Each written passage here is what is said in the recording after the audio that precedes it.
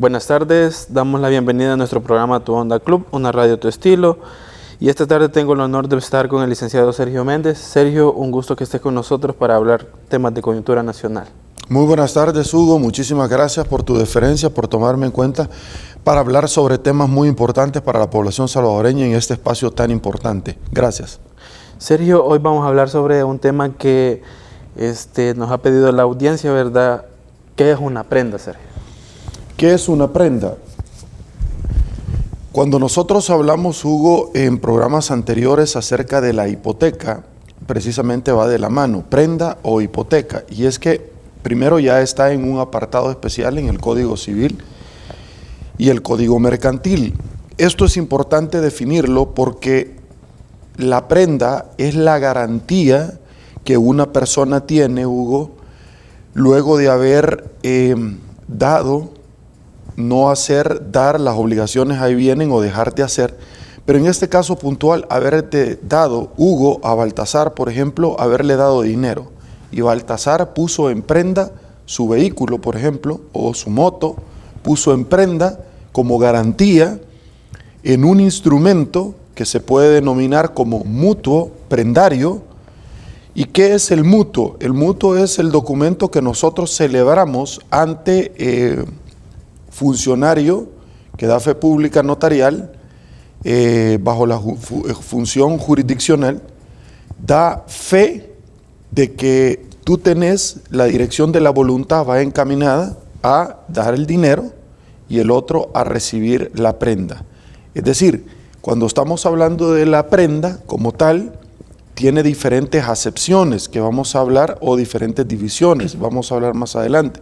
Pero la prenda como tal, en principio, es aquella figura jurídica que se establece con los formalismos y las solemnidades que el legislador ya ha franqueado dentro de la legislación vigente aplicable a la materia y que esto se llega a constituir en un instrumento público, es decir, dentro de las hojas de protocolo de un notario. Debe llevar formalidades, por supuesto. La forma y fondo se deben de respetar porque la leyenda así lo establece, es decir, debe ir establecido como tal, como la ley lo puntualiza. ¿Esto se puede, Hugo, estipular en un instrumento privado? No. ¿Y cómo debe ser? No, inequívocamente no puede ser de otra forma más que un instrumento público. Sergio, en ese caso, ¿para qué sirve entonces lo que es la prenda? La prenda, como te puntualizaba anteriormente, sirve para garantizarte que el dinero que tú has dado va a retornar. Y en caso de no retornar el dinero, tú ya tenés garantizada que la prenda debe de ser, por supuesto, con un valor superior a lo que tú has prestado. Normalmente, por ejemplo, una persona o un banco, ya sea persona natural o jurídica, presta hasta un 75-80%, depende del valúo de esta prenda. Hablamos, Hugo, acerca de una moto o de un vehículo, pero una prenda pueden ser todos aquellos muebles que en alguna medida tú estableces para poder garantizar. ¿Qué significa eso? Nosotros conocemos establecimientos como los Montepíos en nuestro país, que te prestan a cambio de electrodomésticos. Tú vas a dejar un DVD a una institución como esta y tú tenés la posibilidad de volverlos a recobrar porque los has dejado en prenda y la prenda es con o sin desplazamiento. Es decir, tú venís y podés establecer eso. Mire, yo le voy a prestar dinero por el vehículo, pero este vehículo tiene que quedar en resguardo en una bodega, estacionado en su casa, en mi casa, yo me voy a quedar con las llaves. ¿Por qué? Para que no se siga dando el deterioro de esto. Hay que ver qué clase de vehículo, porque la otra situación puede ser, Hugo, que no, mire, yo necesito mi vehículo para generar trabajo y poderle pagar lo que usted me ha prestado. ¿Por qué? Porque en principio una persona que presta dinero, Hugo, no está esperando quedarse con la prenda.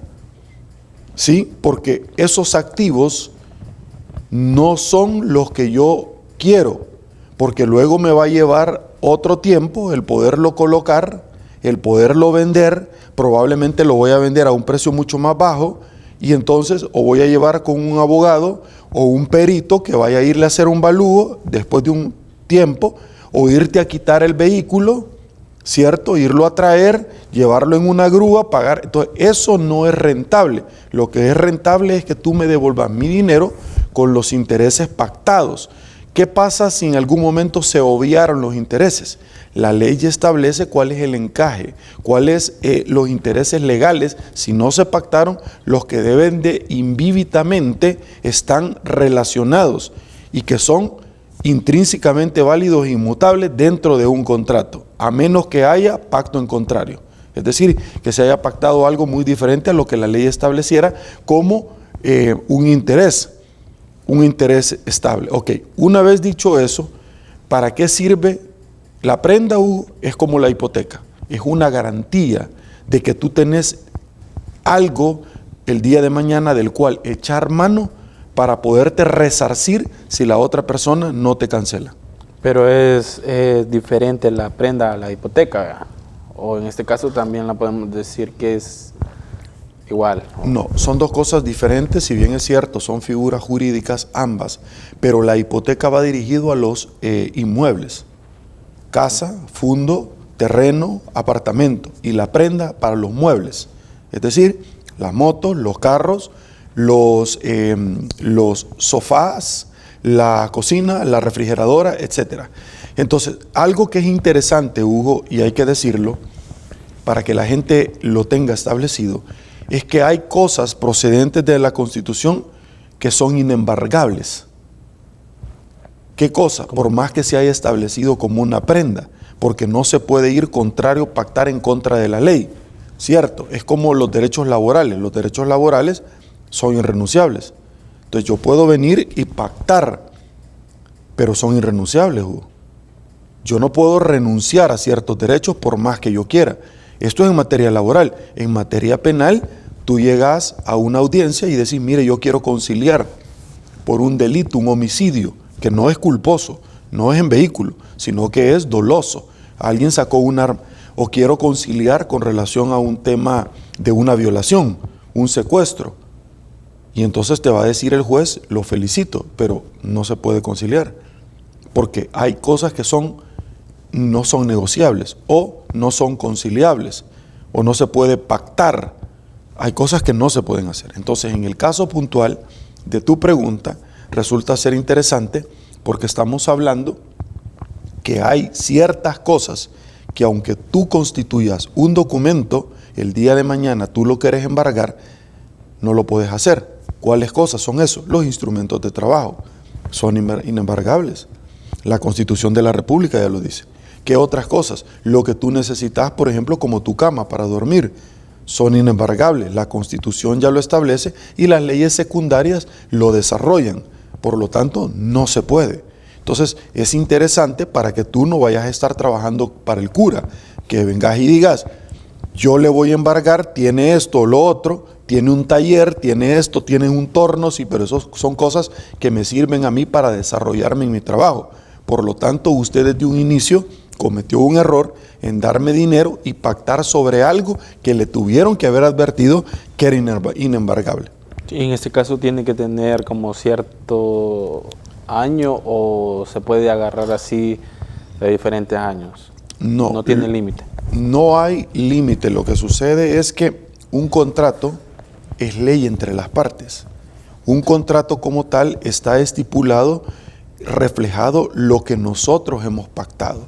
Si, por ejemplo, te voy a poner un caso de una persona, sin mencionar nombre por ética, de un cliente. Viene Hugo, una persona, y le dice, te quiero comprar la casa, a una señora ya de una edad avanzada, que probablemente tenía una expectativa de vida de unos 10 años. ¿Qué es lo que se estableció? Lo que la señora le dijo, yo no tengo para dónde irme.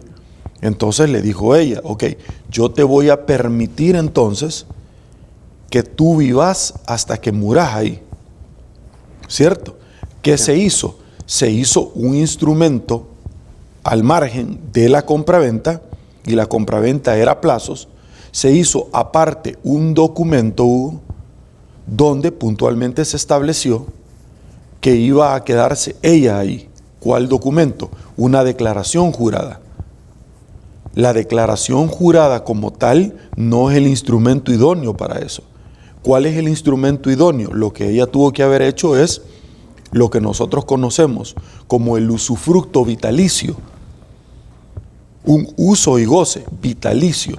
Pero él lo hizo por otro lado, hizo una declaración jurada, donde se comprometía a respetar. ¿Qué es lo que sucedió? Que la señora no se murió en 10 años. Y a los 10 años le estaba pidiendo que se saliera. Entonces llegan a mi oficina, nos sentamos y se le dice: no señora, usted no la puede sacar, porque su papá pactó con esto. Entonces, ese es un acuerdo entre las partes. Entonces, cuando yo te puntualizo este ejemplo, bajo la pregunta que tú me decías, ¿y sobre qué año o algo? No importa. Si esta persona piensa que el carro es del 65 y que vale más que los carros de ahora, el precio, la cuantía que tú estableces no importa. Tú pactas sobre algo. Ejemplo, viene un banco y dice: yo quiero alquilarle la casa, el terreno, para construir, y construyen un edificio. El terreno, la mensualidad, le dice: yo se lo voy a alquilar por 10 años. Pero a los 10 años ese banco es sumamente pujante y no ha tenido el retorno de la inversión que hizo. Por lo tanto, quiere seguir alquilando. Entonces viene el banco y le dice: ok, yo quiero nuevamente renovar por 10 años más. Entonces el terreno, el propietario le dice: perfecto, ahora va a ser tanto. No, pero es demasiado. No, pero entonces tiene dos opciones: o irse, o llevarse el edificio, que no lo puede hacer, o pactar conmigo, porque así pactamos hace 10 años, donde usted no se imaginó que iba a llegar a tener este grado de aceptación entre la población salvadoreña con relación al ejercicio bancario que iba a desempeñar. Perfecto. Ese puede ser uno de los tantos ejemplos. En este caso, Sergio, ¿dónde se pueden ir a inscribir la prenda? Ok. Nosotros hablamos en el programa anterior que la hipoteca se inscribía, Hugo, en el registro de la propiedad, sí, del lugar donde se había constituido la hipoteca. Sí. Para tal grado, tú tenés que ir a pagar los impuestos, ¿cierto? Sí. Tú tenés que ir a pagar estos impuestos en el lugar puntualmente donde se iba a llevar a cabo. Sin embargo, la otra situación deviene de esto, Hugo. ¿Qué sucede si en determinado momento tú constituís una prenda? ¿A dónde lo vas a ir a inscribir? Hay dos lugares. La primera es garantía inmobiliaria, que es en el Centro Nacional de Registro, y el otro es en Certracén. Acá en Certracén tú vas a inscribir tu moto, tu carro, el traspaso, pero también vas a ir a inscribir el mutuo prendario. Entonces la tarjeta de circulación va a salir que no es en propiedad, sino que es en prenda, dentro de la tarjeta de circulación. Por lo tanto, tú el día de mañana no podés venir y vender a sabiendas que has firmado un documento. ¿Qué pasa si tú lo vendes? Estás cometiendo una estafa, porque tú estás vendiendo algo que inicialmente no podés vender. Es como que tú, Hugo, estuvieras vendiendo una casa que está a nombre de Baltasar. Tú estuvieras vendiendo un carro que es propiedad de Baltasar y que la tarjeta de circulación lo dice. Tú estás estafando a la otra persona.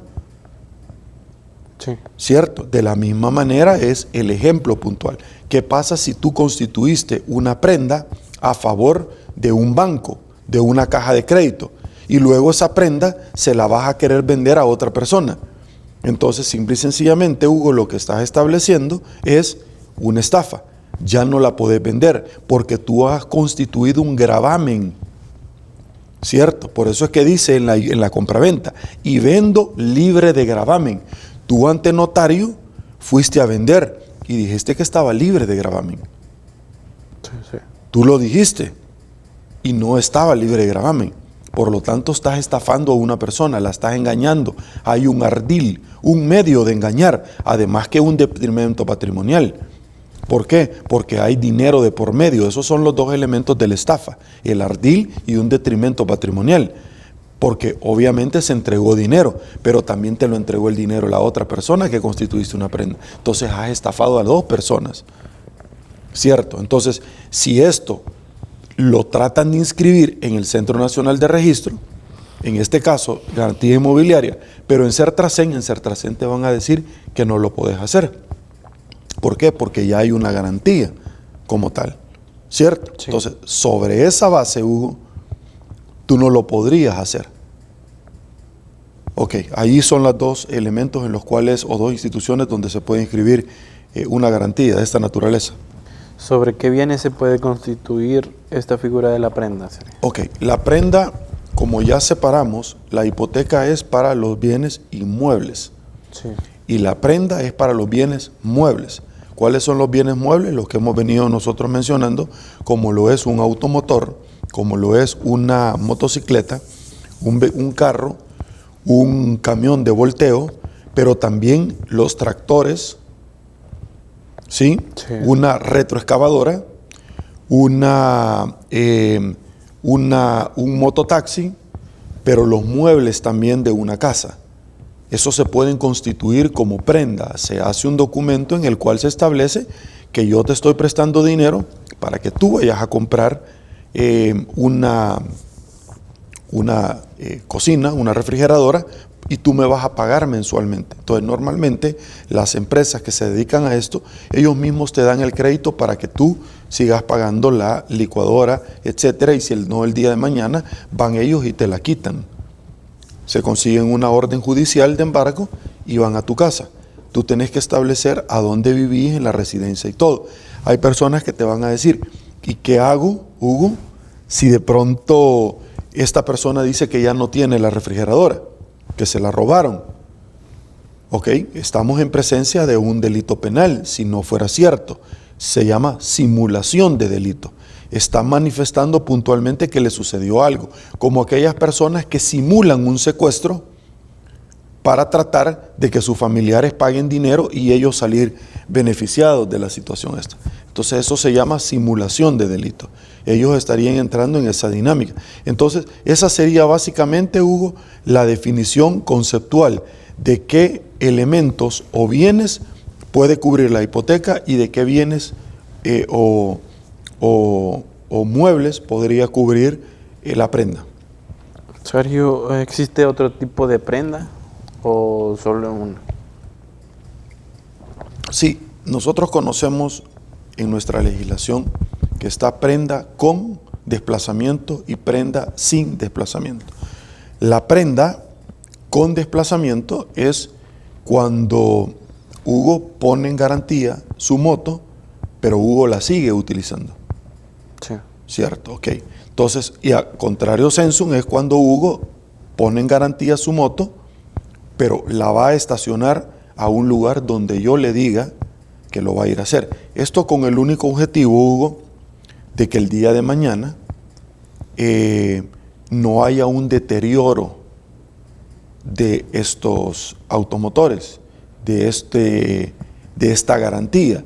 Porque si yo te doy el automotor y el día de mañana tú lo chocas, si el día de mañana te lo roban, si el día de mañana el automotor se le funde el motor o te lo detiene la policía porque no anda placas, porque fue parte de un ilícito, porque no renovaste tarjeta de circulación ni licencia y lo remiten a un centro de resguardo de vehículos como es Changayo, las 1800, etcétera, que nosotros conocemos a lo largo y ancho de nuestro país. ¿Qué haces tú con una garantía que no podés ejecutar? Irse a meter en un proceso y demostrarle al juez primero que hay un incumplimiento y luego después de eso, si esta persona no te siguió pagando, que ir a recuperar el vehículo va a ser demasiado largo, tedioso, cansado, desgastante económicamente, donde al final podés recuperar o no el vehículo, pero el vehículo ya no te representa ningún tipo de ganancia, sino que al contrario, pérdida, que inclusive podés decir, no, mire, mejor hay que se quede en el lugar de resguardo, pero a mí no me interesa. Entonces, luego seguir por un incumplimiento de una obligación a la persona que en este caso es tu deudor, resultaría desgastante. Por lo tanto, la figura de prenda con o sin desplazamiento, que ya te la expresé en qué consiste, resulta mucho más interesante el poder establecer: yo le presto dinero a usted a cambio de la garantía de un vehículo, de un furgón, de un microbús, de una lancha, de un tractor, ¿sí? Pero debemos de entender, por ejemplo, que esto sufre un deterioro normal por el uso. Por lo tanto, si tú me decís, fíjate que yo quiero comprar 4 tractores y los 4 tractores los voy a tener, por ejemplo, allá en La Unión, en el puerto de La Unión, trabajando, o los voy a tener en la Costa del Sol trabajando,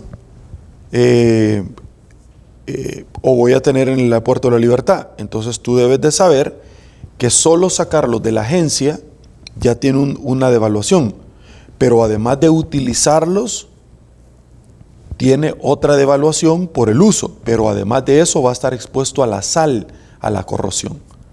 Entonces tú venís y le decís, no, yo no le puedo prestar sobre eso, por más que usted lo vaya a asegurar, porque esa es otra cosa. Ya hablamos acerca de una prenda, pero también hay otra garantía, donde tú le decís, dentro de la prenda yo consigno, dentro de la hipoteca yo consigno que deben de estar asegurados, porque si la casa se llega a quemar, ¿de qué me sirve? Si el carro se llega a quemar, si el carro agarra fuego, si el carro me lo llegan a robar, pasar todo ese trámite de recuperación de los vehículos luego de un ilícito resulta ser bien complicado. Entonces, ¿qué es lo que sucede, por ejemplo, cuando el vehículo fue utilizado para cometer un ilícito? El fiscal puede decir, no lo entreguen. Cuando la jueza le manda a oír opinión, evacúa la opinión y dice, no se lo entregue, o no se lo entregue definitivamente, sino que provisionalmente, o no se lo entregue, o entrégueselo definitivamente. Pero ¿qué pasa cuando el ilícito como tal sucedió dentro del automotor? Ahí violaron a una persona, ahí mataron a una persona, hay elementos dentro del vehículo que son necesarios, actos irreproducibles que se deben de realizar en el momento. Entonces, por lo tanto, Fiscalía dice, no, ¿qué pasa entonces? ¿Podés ejecutar el seguro? No, porque el vehículo no lo han robado.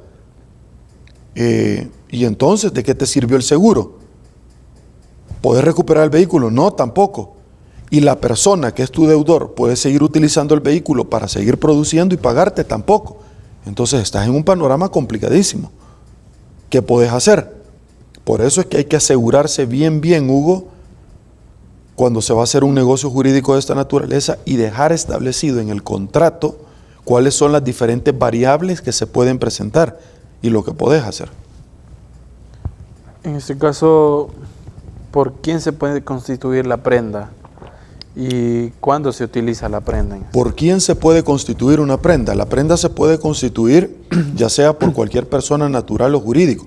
Una empresa puede fungir para prestarte dinero y tú pones la prenda a nombre de la empresa. Recordemos que una empresa es una ficción jurídica, no tiene autonomía propia, no existe. Una empresa no sale caminando el edificio, por lo tanto, como es una ficción jurídica, tiene un representante legal que ejecuta a nombre de la empresa y de todos los socios diferentes acciones. Por lo tanto, ¿quién va a ir a firmar esa prenda? El representante legal de la empresa con relación a la otra persona que le van a prestar el dinero y que va a poner en garantía la prenda. En este caso, ¿cómo se da por terminada una prenda? Con el pago o con el incumplimiento. Si una persona viene, Hugo, y terminó de pagar todo, la prenda normalmente viene y se da la cancelación, porque tú ya pagaste. yo firmo, el representante legal ante notario, una cancelación y tú la llevas a estos dos registros para tener certeza y seguridad jurídica. Es decir, que esto sea oponible a terceros. Erga omnes en latín. ¿Qué significa? Que las cosas así como se hacen, así se deshacen. Sí. Así como se hacen, así se deshacen. Si para constituir una prenda nosotros lo llevamos ante notario, hicimos el documento correspondiente de escritura pública ante notario en protocolo, no ante documento privado autenticado, sino que en protocolo, y yo te extendí un testimonio del libro, de ese instrumento, y lo fui a inscribir, llámese diferentes actos jurídicos dentro del tráfico jurídico que se da, llámese en este caso prenda, hipoteca, que es lo que estamos viendo. De la misma manera voy a hacer la cancelación y también la voy a llevar al Centro Nacional de Registro de Garantías Inmobiliarias y la voy a llevar a Certracén. Por lo tanto, Hugo, hay que pagar un arancel, hay que pagar impuestos. Depende también del depende de lo que se pactó y depende también del valor de la prenda, etcétera. Son varias situaciones. Sobre esa base yo la llevo a Certracén y la tarjeta de circulación que me van a emitir ya no va a decir en prenda, sino que me van a liberar ese gravamen y ya va a decir en propiedad. Así es como se constituye una prenda y así es como se deja sin efecto. ¿Cómo se deja sin efecto? Con la inscripción o desinscripción de determinado documento. Pero ¿cómo es que llega a su final? Por cumplimiento o falta de incumplimiento. Es decir, si hay falta de pago, la prenda como tal va a dejar de existir cuando se me sea adjudicado a mí la prenda, el bien, o cuando tú me hayas pagado a mí tanto la cantidad que te presté como los intereses pactados. Entonces, una vez tú ya me pagaste, yo te libero la prenda y tú vas a hacer lo correspondiente con un notario y lo correspondiente a un registro. En este caso, ¿verdad? Como todo proceso legal, ¿qué documentos se deben presentar o qué es lo más importante para...? Lo más importante dentro de un documento como esto es constituir y describir las características propias y distintivas de esta prenda. Ejemplo, yo quiero comprar un carro. Sí. Entonces voy al banco y el banco me dice, perfecto, yo le voy a prestar el dinero. Eso se llama un mutuo. Sí. Puede ser un mutuo simple, un mutuo prendario, perfecto, o un mutuo hipotecario, si voy a comprar una casa. Un mutuo prendario si voy a comprar un carro. Y si voy a pagar deudas, un mutuo simple. Entonces el mutuo es el dinero. Pero en el caso, por ejemplo, de la hipoteca, viene el banco y dice, voy a construir un mutuo, que es el dinero, una hipoteca, que es la garantía, y una compraventa donde la constructora le vendió a usted. Pero yo me reservo la casa como garantía por si usted no paga y por supuesto voy a poner un fiador. Otro día vamos a hablar del fiador, que también es una figura para garantizarse el pago importante. En otro programa lo podemos desarrollar. Pero también te voy a pedir que pactes un seguro de vida por si te morís, sí. Un seguro por enfermedad, si te da algo, un seguro por cesantía, por si te quitan de tu trabajo, y un seguro por daños al inmueble.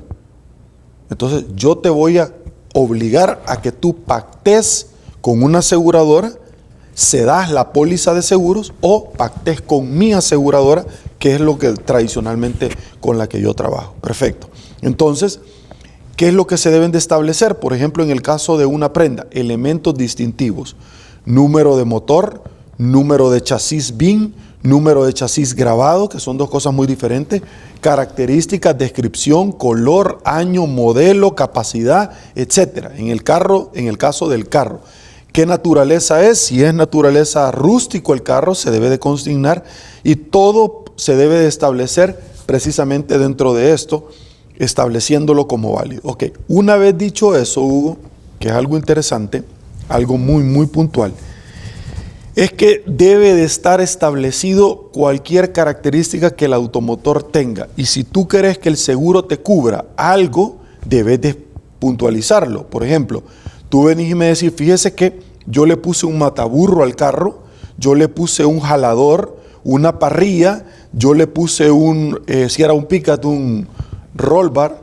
que es una cosa que se le pone la parte, una bedline, que es una cosa para tapar del cover en la cama del carro. Pero si todo eso tú te lo pusiste después de hacerlo, de asegurarlo, la aseguradora como tal no lo tiene como válido. Por lo tanto, si tú le haces mejoras a una casa o un automotor, debes luego de llegar a la aseguradora y decirle, mire, yo le he hecho estas modificaciones, van a hacer una visita, una evaluación y te lo van a cubrir, pero probablemente también el seguro va a experimentar un aumento, porque te está cubriendo más de lo que inicialmente pactaron. Así es como se constituye. En este caso, ¿verdad, Sergio? Como siempre, ¿verdad? Se da este proceso y tú llegas a un momento donde decís, ¿cuándo se puede utilizar esta prenda? ¿Cuándo se puede utilizar? Esta prenda. O sea, por ejemplo, bueno, perdón. Voy a agarrar esto y que lo demás se encargue, por ejemplo. Pero quizás el ejemplo para poderte entender es cuándo voy a ir a traer la prenda, cuándo le voy a quitar la prenda, esta cosa Baltasar no le pagó a Hugo, por lo tanto Hugo la va a ir a traer, ¿sobre eso estamos hablando? Sí. Ok, listo. En estos contratos normalmente se estipula una cláusula penal que no tiene nada que ver con un delito o persecución de la fiscalía. Normalmente esta cláusula penal sirve, Hugo, para establecer algo en concreto. Número uno, que yo pueda ir a traer algo sin necesidad de ir con una orden judicial porque se tardan mucho. ¿Qué significa esto? Ok, lo que significa, Hugo, es que yo vengo y te digo a ti, Baltasar no le pagó a Hugo, por lo tanto yo tengo otra llave del vehículo y yo voy a ir a traer el vehículo cuando Baltasar esté o no esté. Esté estacionado el vehículo, llevo la llave, que normalmente lo que hacen es con una grúa y se lo llevan indistintamente y se acabó. Lo empiezan a jalar, lo suben a la grúa y se lo llevan. Mientras sigue el proceso. Pero si yo tengo otra llave adicional con la cual yo me quedé, yo voy, lo enciendo y me lo traigo. ¿Ok? Entonces podríamos venir y decir, pero mire, Baltasar podría irlo a denunciar penalmente a Hugo. Sí, lo podría ir a denunciar a Hugo. ¿Por qué delito? Si no existe. ¿Por qué? Porque esta es una relación contractual. Este no es un elemento punitivo. No, podría ir a denunciar que le robaron o le hurtaron el carro. De acuerdo. Entonces Hugo le manda a notificar que él ya se llevó el carro. Si Baltasar, a sabiendas de eso, aún así acude a fiscalía con conocimiento de causa, le tapa intercriminis, que es el conocimiento subjetivo de que esa noticia ya le fue dada, y aún así lo hace, Baltasar estaría cometiendo otro delito, que se llamaría simulación de delito. Él estaría inventando, Hugo, que se está cometiendo un delito, cuando él sabe que tú ya fuiste a traer el vehículo, y ya le notificaste. Por lo tanto, a él le puede explotar el mortero en la mano, por acudir ante un órgano jurisdiccional, pero con una mentira. Además, hay ciertos delitos, que yo ya te los dije al inicio, que son conciliables y otros no pueden ser conciliables.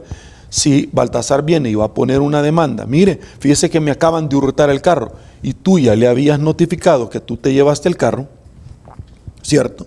¿Y cómo se lo puedes notificar? Se lo puedes notificar por muchos medios, pero particularmente, ¿qué pasa si tú le notificas y él firma? Y aún así va a poner la denuncia. Y después viene y un abogado le dice, mira, te has metido en un problema. Tú sabes que el vehículo no te lo han robado, no te lo han hurtado. Y además el vehículo tiene seguro. Y mucho más si tú quieres ir a cobrar el seguro. Porque la aseguradora tiene sus propios investigadores que van a andar dando vueltas para ubicar al vehículo. ¿Cierto? Ok, pero si tú simulaste con conocimiento de causa un delito y luego Baltasar quiere ir a retirar la denuncia, no se puede retirar porque se persigue de oficio. Entonces está metido en un gran problema, porque el vehículo como tal no le fue hurtado, no le fue robado, pero él puso una demanda de esa naturaleza en fiscalía y después se quiere retractar. Entonces Hugo tiene todo a su favor para terminarlo de demandar a Baltasar. Y en ese caso, Sergio, existe como un caso, bueno, un tiempo límite para que se pueda hacer eso. ¿Para que se pueda hacer el qué? Por ejemplo, vaya, yo te digo a ti, Sergio, bueno, yo voy a ir a traer mi carro porque es mío, pero yo solo te lo digo de palabras, no te doy como una fecha límite para hacerlo. Sí, pero son años. Lo que sucede es que las acciones prescriben. La prescripción es tiempo. Las cosas, Hugo, con el paso del tiempo, así como se adquieren, así se pierden. Sí. De hecho, yo ya te he contado y podemos desarrollarlo en otro programa, cuáles son los modos de adquirir una cosa. Una de ellas es la compraventa. ¿Sí? Sí. Yo te doy dinero, vos me das a mí el carro. ¿Sí? Yo te doy dinero, vos me das a mí la casa. Pero también con el paso del tiempo se pierden. Si está un terreno y nadie llegó, yo lo puedo llegar a adquirir. Si el terreno era de una institución pública o de una persona natural, yo lo puedo adquirir. Entonces se llama prescripción adquisitiva del dominio. ¿Pero cuántos años tiene que pasar para que...? Depende y la ley ya lo establece. Si es propiedad, si no es de nadie, también ya está, Hugo, establecido cómo se va a adquirir. Y si es de alguien, ya sabemos. Hay una persona, por ejemplo, Hugo, que por 30 años no fue a su terreno. Y vienen los herederos y dicen, mire, acaba de morir. Y sí, pero aquel terreno fue de mi abuelo, de mi papá. O nunca aceptó herencia, ni tampoco la repudió. Pero no las. Entonces tú vas y cuando tú llegas está una persona viviendo ahí. Y entonces tú le decís, mire, este terreno es mío. No, yo tengo más de 35 años y tengo testigos. Los testigos tienen que ser de mucha más edad. Yo tengo más de 30 años. ¿Y usted qué edad tiene? Yo tengo 25 años. No puede tener más de 30 años. ¿Me entendés? Pero si yo vengo y te digo, no, yo tengo 60 años y 30 de vivir, por ejemplo, yo estoy adquiriendo con el paso del tiempo y mis testigos pueden ser gente que me vio de 15 años. No, tienen que ser gente más vieja, de más edad, que pueda decir, sí, yo aquí lo vi a él cuando se vino y se instaló. Por eso es que muchas personas, Hugo, tienen problemas cuando quieren sacar a un colono, un cuidador de una finca, porque ellos creen que han adquirido derechos con el paso del tiempo. Y no es así. Yo le he dado oportunidad a usted a que me cuide el rancho en el mar. Y le construí una casita donde usted vive con su familia. Pero eso no lo hace a usted propietario del rancho, ni tampoco del terreno, ni de la finca. No se equivoque. Además, si una persona, ponele que son 30 años para adquirir, sí, faltando una semana para cumplir los 30 años, tú pones una demanda, ¡pum!, interrumpís, porque tienen que ser 30 años. Prescripción adquisitiva de adquirir dominio, propiedad. Bueno, en este caso, Sergio, bueno, hemos llegado, ¿verdad?, lo que es el final de nuestro programa. ¿Cómo no? Y como siempre, ¿verdad?, que nos puedas dejar con hermosa reflexión. Claro que sí. Tengo una reflexión muy interesante, Hugo, que precisamente la tomé de la prédica de la semana pasada, y es precisamente sobre la lectura de Marcos 7, 14 al 23. En aquel tiempo Jesús llamó de nuevo a la gente y le dijo, escúchame, por favor, le dijo a todos, entiéndanme, nada que entre de fuera puede manchar al hombre. Oye, qué interesante esto. Lo que sí lo mancha es lo que sale por dentro. Los apóstoles mismos no lo entendieron. Y eso que andaban empapándose día y noche de la palabra de Dios, sí, de las enseñanzas, mucho menos la gente. Y le dicen, cuando entró en una casa para alejarse de la muchedumbre, los discípulos le preguntaron qué quería decir aquella parábola. Él les dijo, ¿ustedes también son incapaces de comprender? Cuestionó, fustigó el Señor a los apóstoles.